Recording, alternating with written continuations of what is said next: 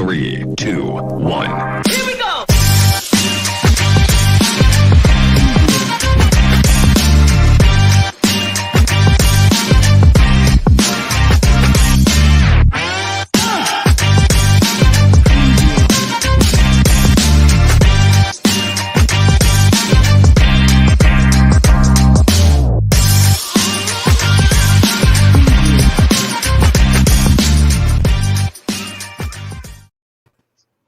Heidi ho! Welcome to the Friday edition. Thank God it's Friday! Woo-hoo! Friday time of the Dennis and Andy Show, where we are here to entertain you, thrill you, rock your world. We're going to talk about Wanda Vision. Today's episode was mind-blowing. We're going to talk about Grease. Should it be canceled? No, not the stuff in your kitchen sink, the movie, and a couple other things. I'm Andy. That's Dennis. How's it going, Dennis? Pretty good. Pretty good. Had a few technical glitches here, so had to get that stuff straightened out because I can't ruin Friday night discussion time here, especially with an awesome episode of Wanda Vision. I know. First and foremost, Dennis, I don't know if you knew this or not, but there's a high school in Wenatchee, Washington, that the kids are back in school. Well, good. About time. Right? And I've got a picture from their band class. And I took band in elementary school, not high school. But look at this. Back in school in band class. They are practicing. No way. No way. I mean, remember when it was social distance or wear a mask? And now it's do both. I mean, you can tell that the person blowing that saxophone is easily 6 feet away from the person behind them blowing a saxophone. I mean, they all look like they're spread out pretty good. It was social distance or wear a mask, or now it should be social distance or wear a mask or get a vaccine. Now It's literally, we're going to put you in a freaking bubble. Oh, dear God. I would hate to see the guy who's playing the xylophone or the piano. What are they doing with that guy? How about the tuba? Would love to see a tuba. Your wish is granted. No way. Okay, number 8, you make my picture of the day. Yep. So that is just stupid, man. I tell you, just freaking stupid. Wow. It is insane. And the fact that people actually think it's a good idea and that this is necessary. Yeah, exactly. Wow. Exactly. You know, if I wrote a novel about this stuff like 10 years ago, they would have laughed at me and said, dude, you've been reading too much 1984. This stuff will never happen. We're living it. I mean, my grandkids one day, they're going to slap me in the face when they're going to go, Grandpa, the hell was wrong with you? The hell's wrong with you people? And go, hey, don't say, hey, it wasn't me.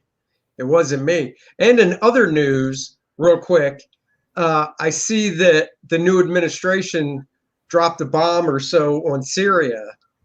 And the only thing that is weird to me is there's no heads exploding over it about, oh my God, they're going to retaliate now. He's going to get us into this war. Wham, wham, wham.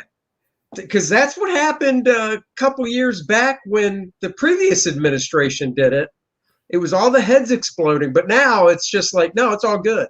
So well, you saw them rolling up troops in day one. They crossed the border. And I was like, wow, that didn't take very long at all. And the news media will be silent on this one. Yep. It's a positive thing now, Dennis. You just can't make the stuff up. it's a positive thing. And kids aren't in cages anymore. Now they're in boxes, I guess. Which is totally better, even though technically they're the same ones. They're in boxes with little windows and AC units, so that's nice. So no, yeah, I saw Rocky's head explode when Ducey asked the question in the morning briefing and couldn't really answer it. Oh no, it's totally different, but they're the same ones. Yeah, but it's totally different. No, it's different. Why is it different? Because we're doing it, right? And we care. We make sure to go in and give them a juice box every day. That's the difference.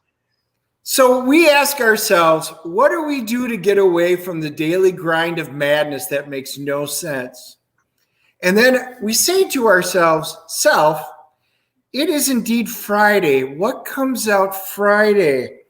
Wanda Vision. Wanda Vision.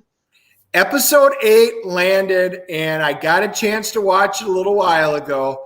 And we had some expectations going in last week. If you watched our episode, we talked about it. There's going to be a ton of spoilers because I'm sorry, it's just going to be. So if you really want to discuss WandaVision and you haven't seen it, turn it off and watch us afterwards.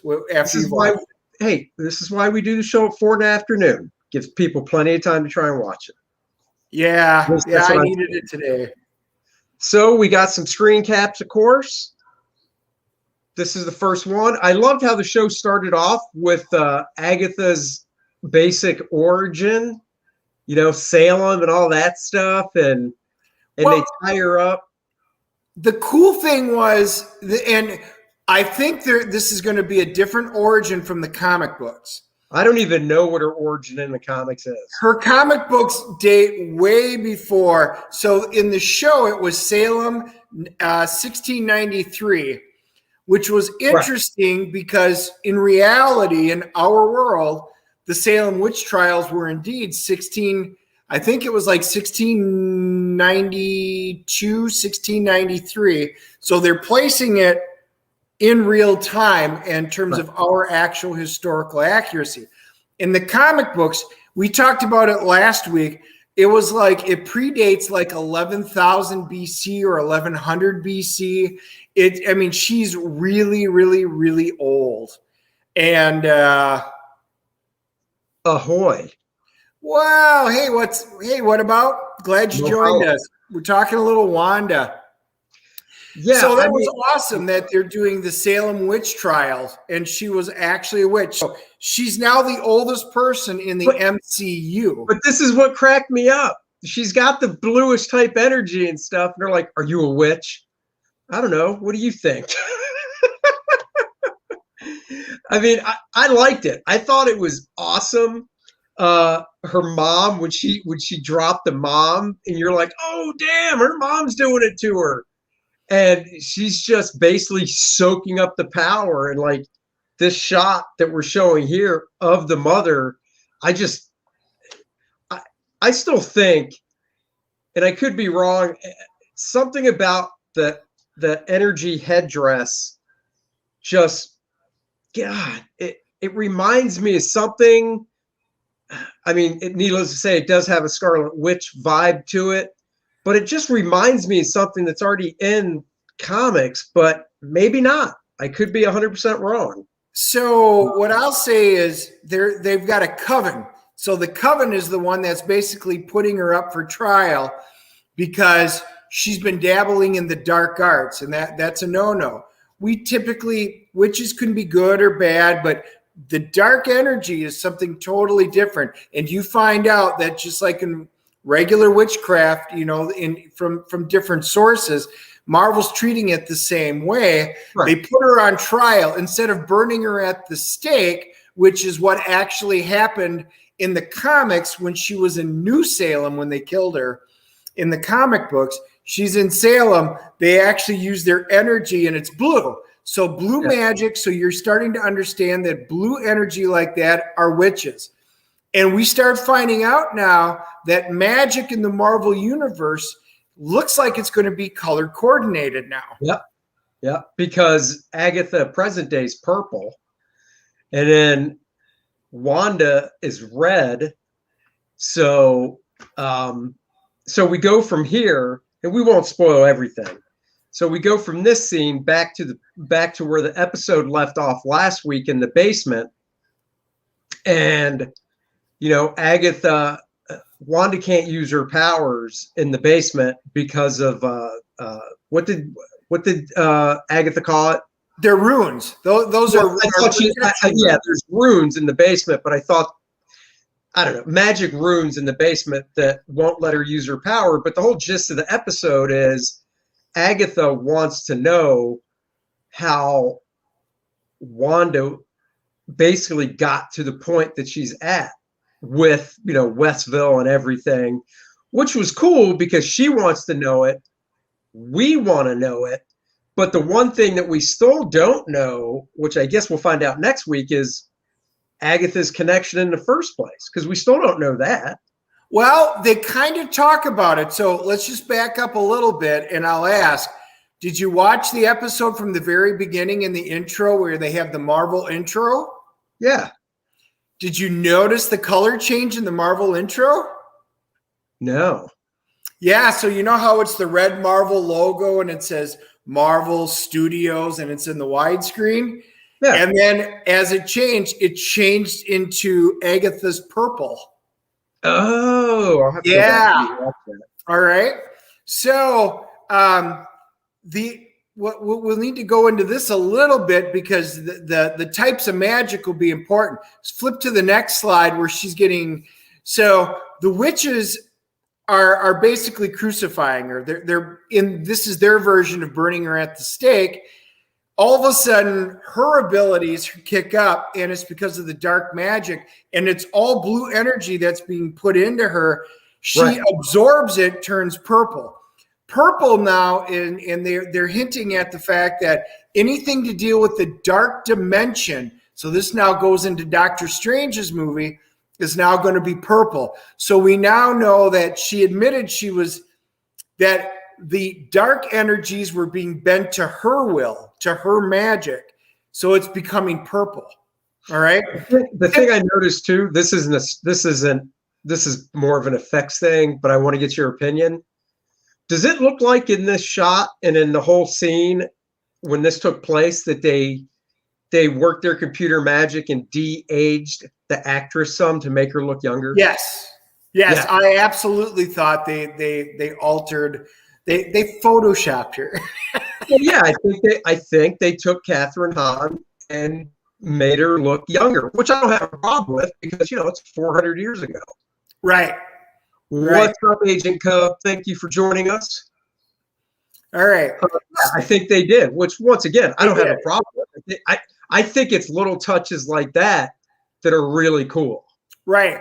And now you'll notice, so we've got Wanda's is red, and we'll get to that in a little bit, not just because she's it's Wanda. So Agatha's is dark dimension, so her energy's purple. Witches are blue, and they now talk about in the episode that witches are special because they can see into the future and in past. So they basically can see through time. And it kind of reminds me of because they've talked about this in a couple of the movies. In Ragnarok, yes, it was. Yep, it was. In Ragnarok, Loki says that he can't see into the future because he's not a witch. No. That was Loki, and that was in the Ragnarok one. Agent Cub, sorry, buddy, but that's all we do is talk about. We've seen every episode, and we talk about it in depth. I love people watching our stream, but if you don't want spoilers, come back after you've seen it. Come back after you've seen it. Unfortunately, we're gonna delve into some theories and stuff like that. At least for this part, we've got a comic book reviews, a couple of them coming up. Not you, Dennis? This Dennis. How did you not get past episode 1? You didn't like it? Come on. It gets okay. I agree because the backtrack, I said that I thought episode 1, 2, and 3 could have been squashed down to either 2 episodes or an hour long episode because I wasn't thrilled with the first three just being sitcom type stuff with just little tidbits of real world. But get past those and move on, and you'll feel better about yourself. Yeah. Once you get past, it turns out it has real implications to the MCU, which we didn't know at the time if it would, but it really does. Oh yeah, oh my God, excuse me. They wrap all that stuff in episode 1, 2, and 3 is explained in this episode. We'll kind of leave it at that. What they're doing is they're treating Wanda Vision. Really, Doctor Strange was the first foray into magic. How is the properties of magic going to be set up in the Marvel universe? Because everything else is either mutant abilities or superhero powers. So this show is setting the tone of how the Marvel magic is going to work in the greater, universe. Right. It's good. It's good. They're doing a good job. They're putting it together. So like I said, they're separating magic out into different types. Blue are witches, purple is dark dimension. Doctor Strange, and you remember in like Civil in End Games and stuff, when all of them came through the portals, they're all orange. So your traditional sorcerers and stuff use orange energy. Right. Chaos is going to be red. And then if you remember, whenever they've had the ability like the time stones and time magic, that's always in green. So they're setting up Marvel. You're going to be able to tell what type of energy it looks like they're using based on the color of the special effects. So that's pretty interesting. Ooh, we'll leave that one. I forgot there was only one more. In fact, we can just go back to full real quick while we talk about it. Let's see here. Yeah, but as you said, it gets better after the third. It does. It totally does. You got to stick with it. Yeah. So yeah, basically this episode just focused on Agatha and Wanda, and Agatha kind of opens up doorways to take her from childhood, Wanda and Pietro with their parents, all the way up to where the show begins. So you can see the steps that, kind of form Wanda, her sensibilities and stuff.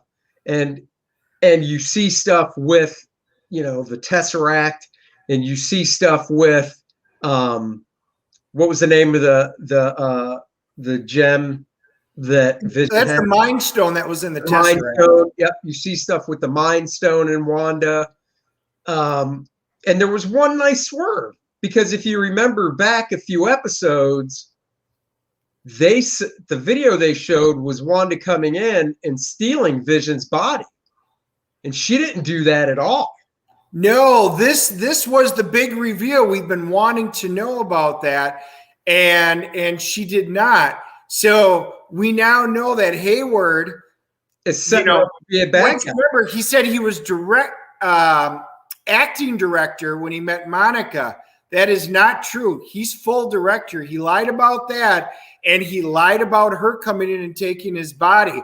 He's a bad guy. Now, is he just a butthole that is just doing some bad stuff on his own? Is he a Skrull? Is he a Hydra agent? We don't know. There's not enough info on there, but we do know he's a bad dude now. Yeah, totally. This just bugs me. I got to be over my body. There we go. See? Hold on. Now I match. You do. Anyhow, yeah, I mean, he definitely has an agenda, and as of now, it just looks like he's trying to set up Wanda to be like a bad guy. I know, I love this. Dude, he jumped into the future to see the last episode next week as well. That's because Agent Cub's a witch, and he can see the future. That's right. So at the end, we're going to give away a big, this was the mid-credit scene, because like I said, we find out in the episode that Wanda did not steal Vision's body. She just, when she drove to Westville after seeing him being taken apart, at Sword headquarters, and she went to this house. Yeah, actually, he's right. He's a warlock because he's a dude. Way to misgender Agent Cub, Dennis. Yeah, I'm all about equalness.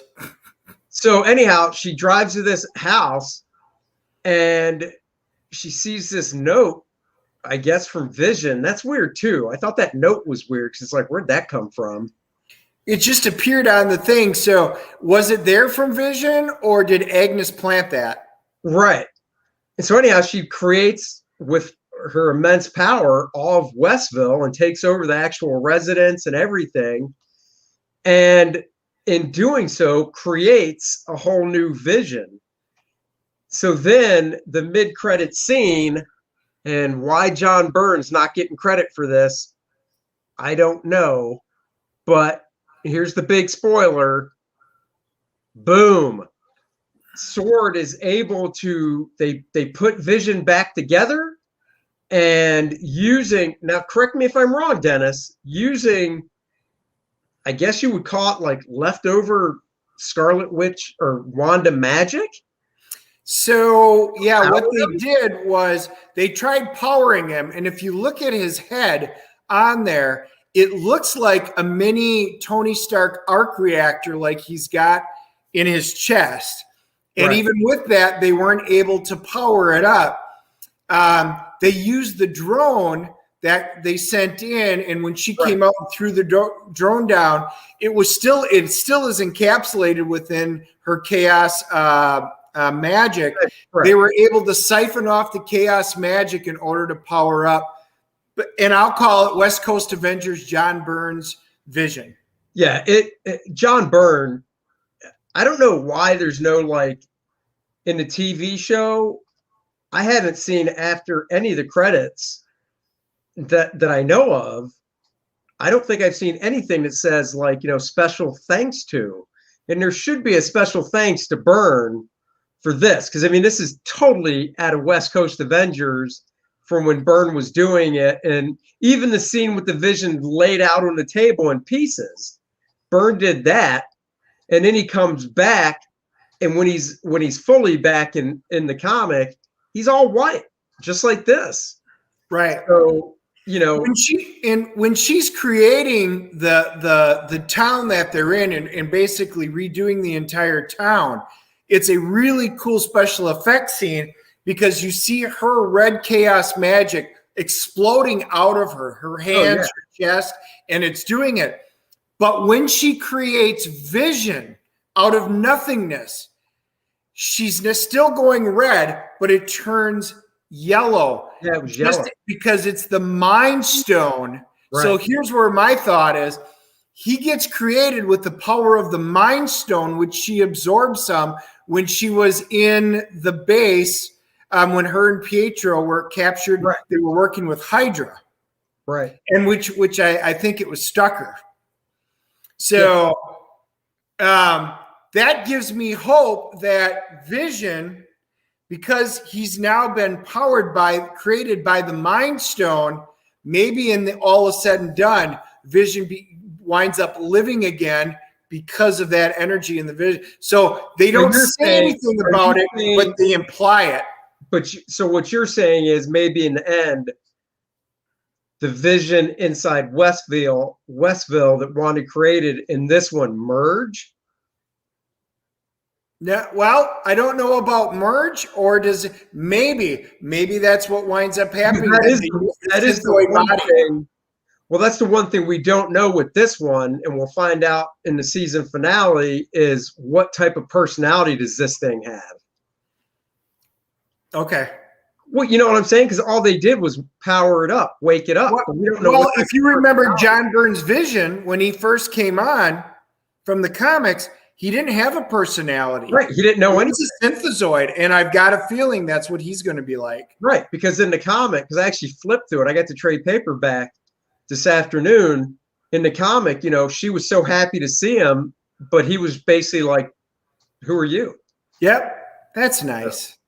Yeah. Yeah. So one of my thoughts, by the way, we've been talking about, is there another big bad behind it all? And if it's Mephisto or Nightmare, and every week we still have that discussion. Now, This week, what is this? Okay, so that one, go to the top. So they talk about the Dick Van Dyke Show, specifically season 2, episode 21, and it's titled "It May Not Look Like a Walnut." And it's they're very specific in the episode. That top one there is episode 21 from season 2. It is not the same title. So did Marvel intentionally just change the title to whatever they wanted? Or is there going to be some hidden meaning in here? I just wanted to show everybody. I did a little bit of homework as soon as I watched it. That is not the title of episode 21, season 2. All right, so let's hear some of your some of my theories are, so in the comic books, she gets her power basically, and I don't know if I'm pronouncing it right, but it's like Chithan, I guess. Chithan, because he winds up giving the Scarlet Witch, her abilities and stuff like that. And he is, in the Marvel comics, he's the god of chaos. So he's the one that first, when the girl was to be born, touches her and imbues her with chaos abilities, which they're kind of hinting is maybe what happened in here. So that'll be interesting to find out if the god of chaos makes any kind of appearance in here. So that's pretty interesting, because then this ties in kind of with Mephisto. So remember, we were talking if it was Mephisto or not. Mephisto, remember I kept talking about, I mentioned the Fly, and how every episode for the last couple, that Fly has been there. All right? Yeah. So the Fly keeps showing up. Mephisto's first appearance in Marvel Comics in the Silver Surfer was as a fly.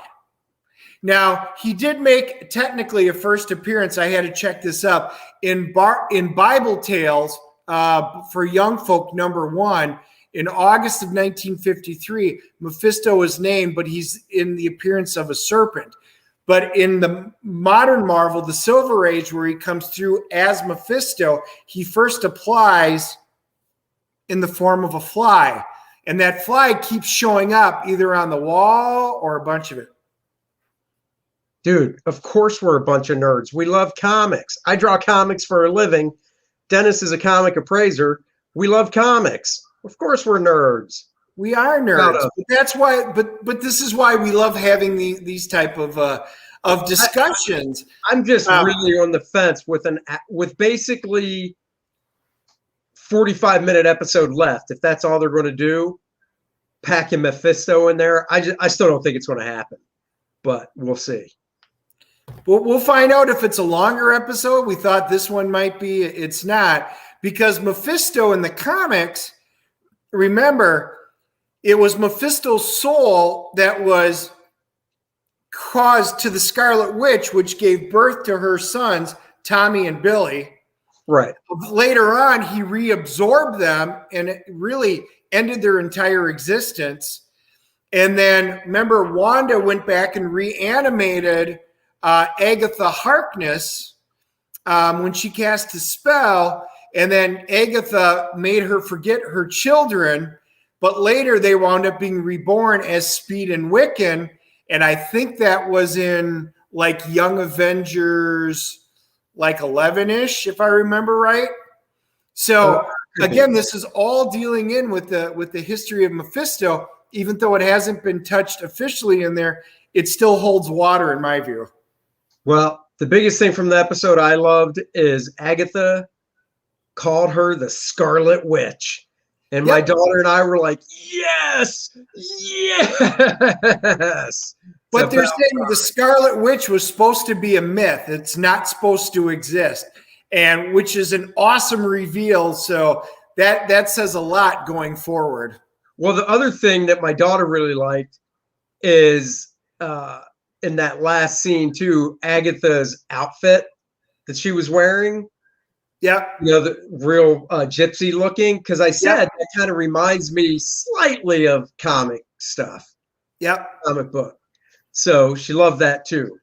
But yeah. Oh, and the fun one, they talked about Pietro, but she called him Fietro. Right. But the cool thing I thought they did was they justified the actor change because Agatha said, I couldn't exactly bring back your real brother because, right. He's dead, buried, and in another country. with holes in him and in another country. And I thought that was awesome. A great way to explain it. So but it still doesn't answer, is Evan Peters, is he the X-Men universe that he was brought through, or did she create him out of nothingness? I think she just created him. That seems to be the logical theory right now, that our hopes that it was the X-Men tie-in might not be there. Yeah, I think she just created him, and instead of casting somebody else, for the just created Pietro, it was, hey, let's have Evan do it because it'll be a nice little thing. One of the other nice touches that they did when they were down in Agatha's basement. So you saw her, she pointed to some stuff on the wall. The one of them looked like Magneto's helmet. I'm going to go back and rewatch it, but it looked purplish, but it looked like the outline of Magneto's helmet with the M and everything like that. But then some weird stuff that you could see that was pretty blatant. They had some in the pillars. They had there were devil heads that you saw that was on there. They had ram heads. So those are all satanic type of symbols. So they're setting it up that, again, Agatha isn't just a witch. She is dealing with the satanic powers, which, again, could have something to do with Mephisto or something bigger or not. We don't know. Right. Yep. So let's see. So we rate it, right? We do our rating. Yeah. I'll give it a 9.5. I thought it was awesome. Yeah, this was a fantastic episode. It is definitely near mint worthy. It's a 9.6 all the way. Yep, no question about it. I can't wait for the finale, and I hope I'm not let down. Me too. All right, moving on. We got a couple comics to review that we said we would. So back to the screen share. Boom, the first one. You can't see the full cover, so I believe that's Deep Beyond, right? Yep. So this is the first one. Dennis said we're going to review it, so he read it, let me borrow it. I read it. Both comics are Image Comics this week. They both look pretty interesting, and they were both #1, so we wanted to see if they were any good. Take it away with Deep Beyond. Deep Beyond, the stories by Mirko Andolfo and David Goy. The first issue establishes, again, we've got a lot of dystopian comic books coming out, but it really establishes a dystopian apocalyptic world where humanity struggles to survive on a barely inhabitable planet. Well, it takes place in the year 2085. Because 85 years previous, so for those math guys, in the year 2000, that's when the shit hit the fan, apparently. Yeah, it's a very much, in my mind, an homage classic sci-fi story is what it feels like. Yeah. Very much like The Abyss, if you guys watch The Abyss. Yeah, it's kind of like that. Something happened. The world's now a collection of enclosed little colonies around the planet, because most of the planet's surface was wiped out by a mysterious event that pretty much left it in shatters. There's harmful toxins, so everybody has to wear masks from the poisonous wilds outside of the settlement. Of course, it feels like us right now wearing masks, but apparently it's even worse in 2085. But they discover a secret anomaly that lies deep within the ocean depths. And that's what hold the answers to the current state of things. And we know that scientists and farmers and the such, they're very rare. And so, again, I don't know if it's because there's no education. They don't really go into detail. But its story starts off around Pam, who is a scientist. She's kind of the heart of the story.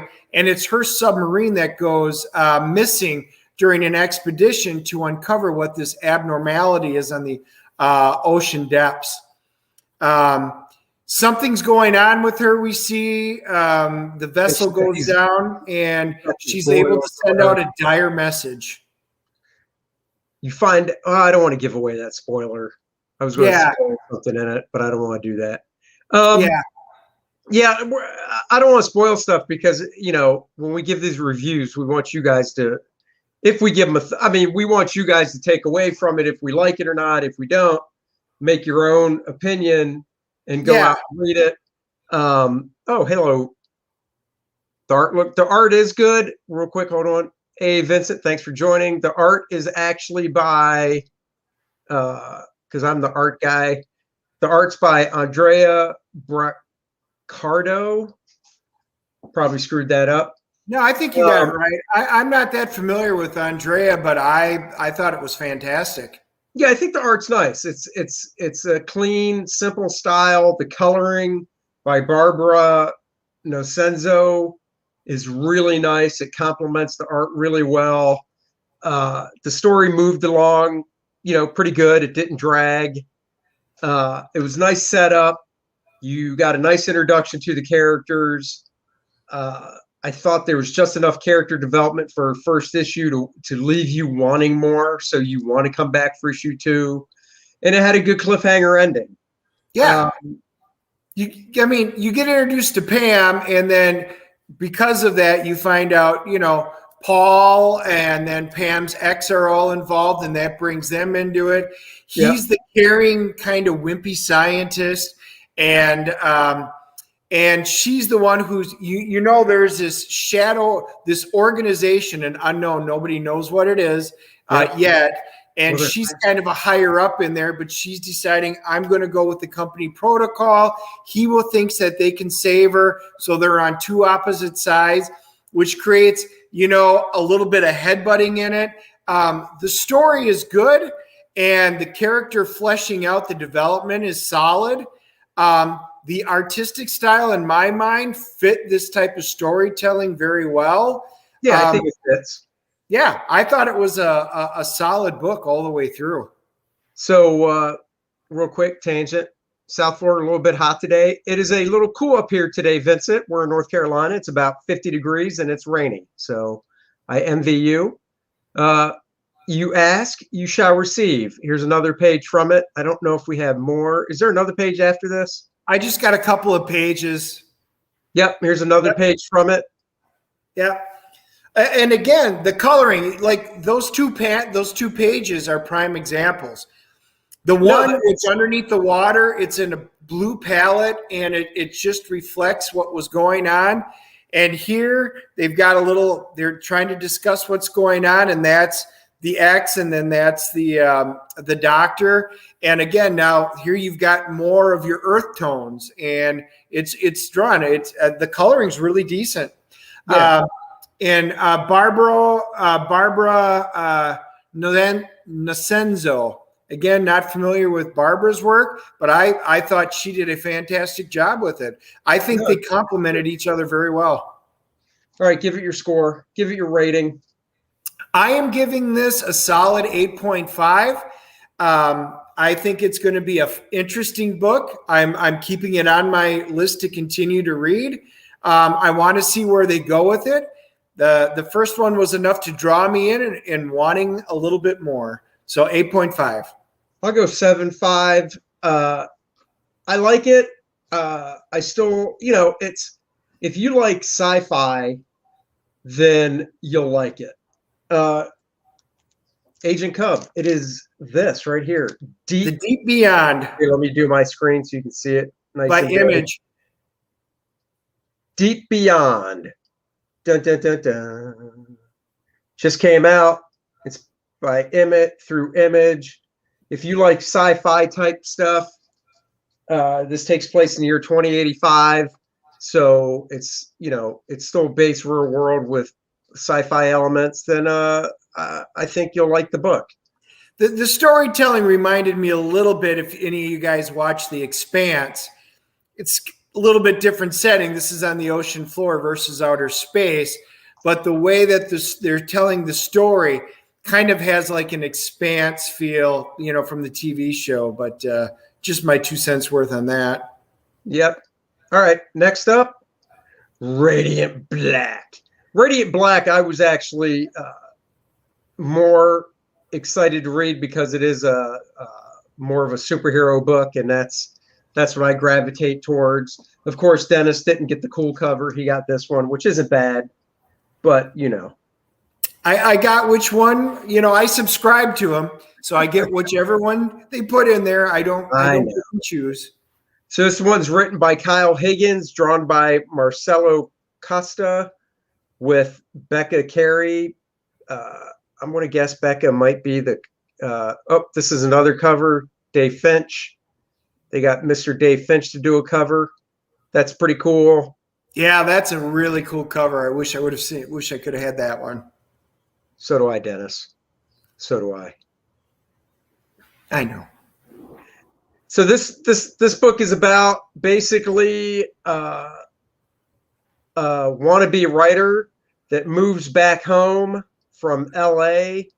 I'm blanking. Where did he move home to? Do you remember? Well, yeah, he was in L.A. You think it's more like small, medium town America. Yeah, I just don't know if I'm sure they said. I don't remember. Anyhow, he moves back home because his writing career is not taking off. A buddy of his in town, they decide to go to a bar, tie one on, and just reminisce. And when they come out of the bar, they see this little miniature kind of black hole floating towards them.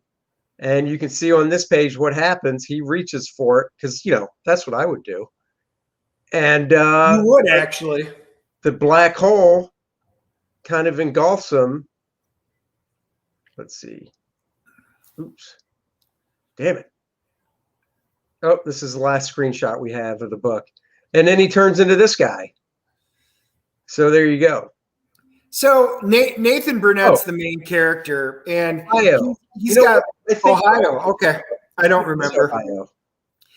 Ohio. He's an interesting character. He's failed. He doesn't want to admit that he's a failed writer, but it comes out he's moving home. Parents say, "Come on, Holmes. Stay for a while. Basically get back on your feet." And then you find out, it's even worse than what you think. He hasn't been able to write anything. He's a failure. And what's interesting is his buddy's name's Marshall, and they've got like a relationship like Andy and I. They always have. Marshall's always ribbing him for stuff. Wait. Who's that in this relationship?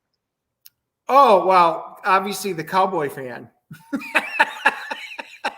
The right one. I get it. Yep. So he's, and he's always picking on him and like, oh, dude, do this. And, he's always ribbing and prodding the guy. And you're kind of like, wow, dude. I mean, you haven't seen him a while, but, they develop their relationship to the point where it's actually really cool. I mean, how they do it. It's well written. It's very believable. It doesn't feel contrite, and like I said, the dialogue's really good. Let's see. Higgins, the writer, based it on his life, so that's pretty cool. Yeah. I thought it was pretty good for introduction for a new superhero book. Superheroes are tough because everybody does them. I've got my own, which I'll show you guys. But I liked it. I thought it was good. You don't really know much about the power set and stuff like that yet. It has a good cliffhanger, which, you got to have for an issue 1. I mean, you got to always have, but especially issue 1 to get you back for issue 2. I thought the art was good. It has kind of an Invincible feel, I thought, which isn't a bad thing. You know, No, Invincible's gone. Invincible. Yeah. Yeah, Invincible doesn't come out anymore. So, you Yep. know, fill the space in that vacuum at Image. And I think this kind of does that. Yeah. So for me, Nathan's, because you know he gets this power suit. For me, it's kind of an amalgam of a couple of different. If any of you guys are old enough and you ever watched Greatest American Hero, William Catt and stuff, which we talked about a few weeks ago with one of our other guest stars, because they wound up doing the comic off the TV show. But he winds up getting the alien suit, but he doesn't know how to work it because he loses the instruction manual.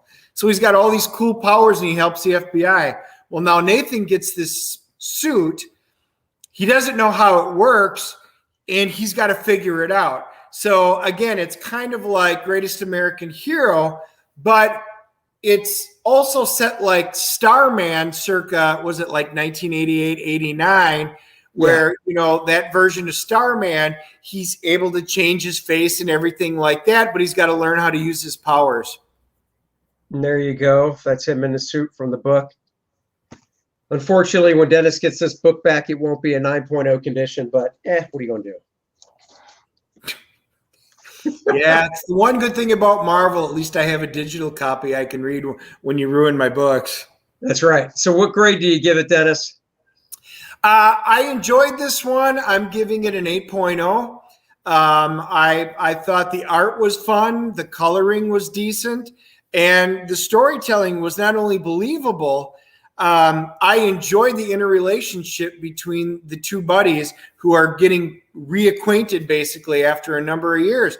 I want to see where it goes. I'm sure they're going to take us into some interesting thing. Maybe it will be like an Invincible.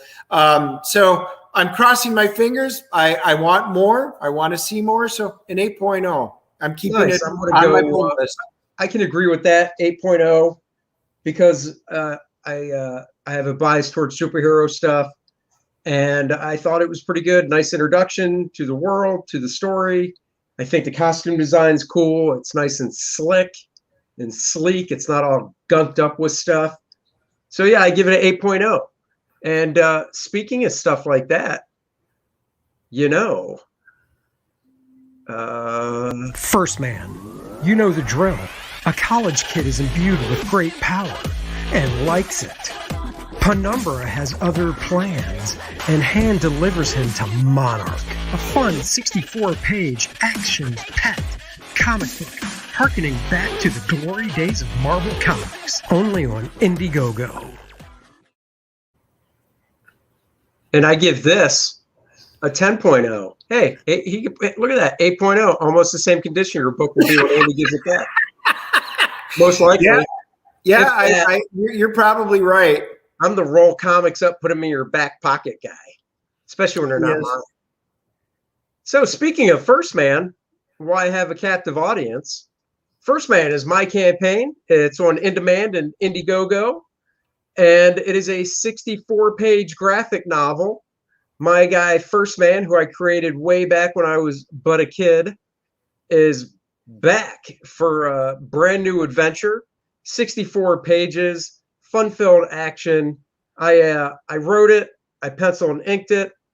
The book is going to be going to the printer within the next couple weeks. Please give it a look. Please give it a back. I would appreciate it. I think you guys would love it. And I will post the link right here in the chat for you guys. Now, Andy, did you you hit one of your next stretch goals, right? Oh, yeah. Everybody that backs First Man is going to get a bookmark, a trading card, and a magnet for your refrigerator as well. And there's other goodies you can add on to on checkout. The bookmark, the trading card, and a magnet. So there you have it. Please give it a back. Now we're going to move on to other things in the news. We've all heard of that movie Grease. Well, Dennis, I got to tell you, it's my wife's favorite movie, and I'm not even joking. Now, I personally can't stand the movie. Got a question about First Man? Do I have more? Yes, I do. as soon as this one gets shipped out and everything, I want to start working on volume 2. So thank you for the question. I do want to start volume 2. So let's get over to Grease.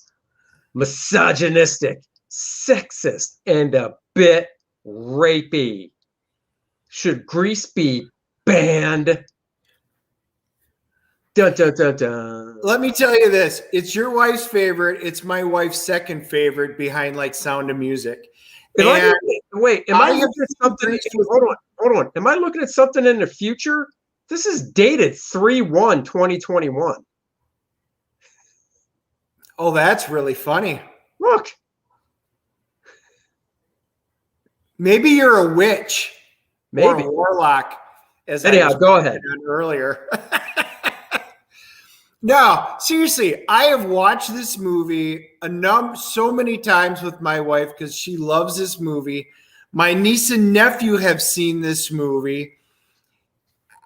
It is a movie from the 1970s, circa storyline 1950s. Right. And we're trying to apply the way people view things ridiculously today through the lenses of 2020 or 2021 on something from a period long past when family values and societal values are completely different. Well, it's got this huge movement now to ban it like permanently. They're not talking about you should stop watching it. They want to get rid of the movie altogether. Well, let's read a little bit. Social media users are calling to ban the iconic 1970s hit film Grease, condemning it for being sexist, homophobic, and I'm going to say it, slut-shaming. A Boxing Day view of the film on BBC One sparked outrage online with many Twitter users calling the film outdated. Well, here's the problem. Twitter users. Why do people gauge decision-making off of Twitter users? There's 7 billion people on this planet. How many Twitter users are there? And who cares? That is literally the small, what's the saying? Not the small majority, you know what I'm going for. The silent majority. It's this. Well, no, they're not silent because they're on Twitter getting all verbal about it. So you mean them? Well, yes, they're the verbal minority. They're the verbal minority. And why would you base decision making as a company on Twitter? Because they base everything on trends, hashtag trends. Just like the other day it was hashtag free Crowder. Look, because he got banned for a while. Sorry, but Grease sucks on so many levels. No plot, nothing interesting, and the message is pure misogyny. No, it's not. As much as, my wife loves the movie. I don't really care about it either way, but I've watched it. The film's a lighthearted romantic musical centering around a high school love affair between Sandy, played by Olivia Newton-John, and Danny, played by John Travolta. That is what it is. It's a love story between high school people who meet, and it's a musical. And I do not like musicals. I hate to say it. I'm not fond of musicals, but this is one that I watch and don't mind it. I love the music in it, and like I said, it's utterly ridiculous in my mind. The drive-in scene where Sandy and Danny watch a movie together was criticized for being rapey. One user said it didn't age well.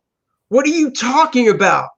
In the 50s, they went to drive-ins, and the whole point of a drive-in when you were in high school in the 50s was to, here's a dated term, make out.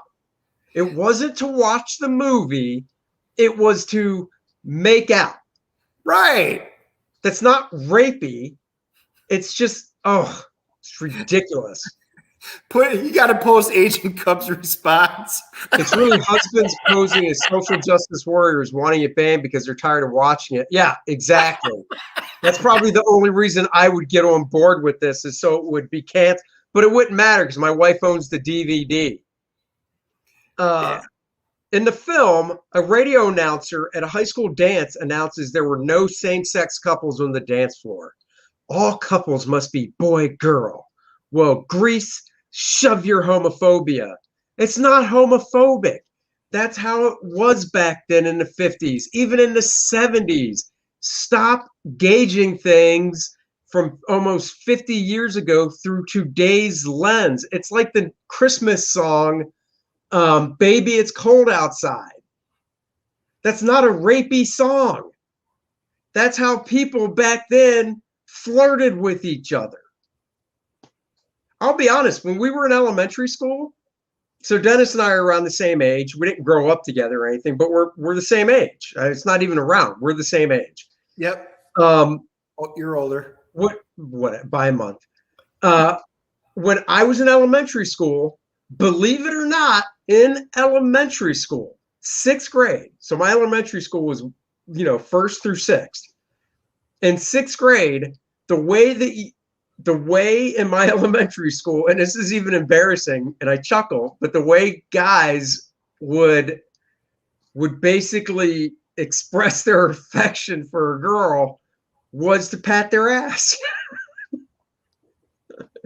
In elementary school, where I grew up, it's like, oh, she's cute. Give her a little whack on the butt. Not hard, just a little pat. Now imagine what would happen if you did that today as a kid. That's what we did. And that's how the girls do. It's like, oh, so-and-so likes me. He patted my ass. Seriously, the whole culture is just it's just going off the rails, man. I mean, Grease is not only fine. Like I said, my little niece and nephew have watched it. Nobody can take that out of Grease unless you're specifically looking for it. I would tell all the people that actually see that in there to get a life. I love this. I wish my girl Sandy would have recognized Danny Zuko was trash and she didn't need to change for anyone. Because she goes from being a good girl to a bad girl. You know what? I would just say, why don't you just stop watching Grease? Yeah, exactly. And go play with your potato, your gender neutral potato head. Don't jump ahead, Dennis. I can't. It's all tied together. It's just one of those things where when I was growing up, Howard Stern is on Sirius Radio now. It's been 15, 20 years since he went from traditional radio to satellite. I don't even know. But I remember listening to Howard Stern growing up, and then there was another guy in my area. I grew up in Washington, D.C. area called the Grease Man, and he was kind of a Howard Stern type. After Stern left D.C., Grease Man came in, and same type of character because Howard plays a character, raunchy, whatever, and it's the same thing. If you don't like it, there's a little button you can press or a knob you can turn to turn it off. If you don't like Grease, do what I do. Go in another room and watch something else. But I don't call for anything to be banned because I have a choice. I can make a choice. The other night, my wife was watching something when I walked in. I'm like, oh, hell no. So I turned on Attack on Titans. Much rather watch that than that stuff. But today, if you don't watch what I want you to watch, then we're just going to cancel it so you can't watch it. Dennis is like, Jesus Christ, Susie, I'm sick of Footloose. Get that Kevin Bacon shit God, off my you don't screen. know it. Flashdance and Dirty Dancing. Dirty Dancing, yes. Nobody puts Baby in a corner. And then, snap, I got to reload. Mr. Potato Head drops the Mr. Sort of. So this dropped. It's not really that huge. So basically, when you go, if you go to a store now, it'll say Mr. Potato Head on the box. So now I guess the box is just going to say Potato Head, but at the bottom of the box in smaller text, it's still going to say Mr. and Mrs. Potato Head. But they're just dropping the Mr. in front of it. Once again, it wasn't an issue. It really wasn't. Nobody was complaining about it. It's just Hasbro getting their virtue signal on. It's like there's the bat signal, and at some point somebody throws the virtue signal up into the sky, and companies see it and they go scurrying to it. Yep. And they're like, oh, we can do this, we can do this. And it's just headlines. That's all it is. It's like maybe Mr. Potato Head's sales were down. And they're like, how can we boost our sales with free advertising? I got it. Hey, I own 2 Mr. Potato Heads. One of them is Captain Kirk, and one of them is the Klingon commander. And this is just both of them are as Mr. as you can get. This is just a confusing picture because this looks like 2 Mr. Potato Heads and a baby. So they're not even showing Mrs. Potato Head in this picture.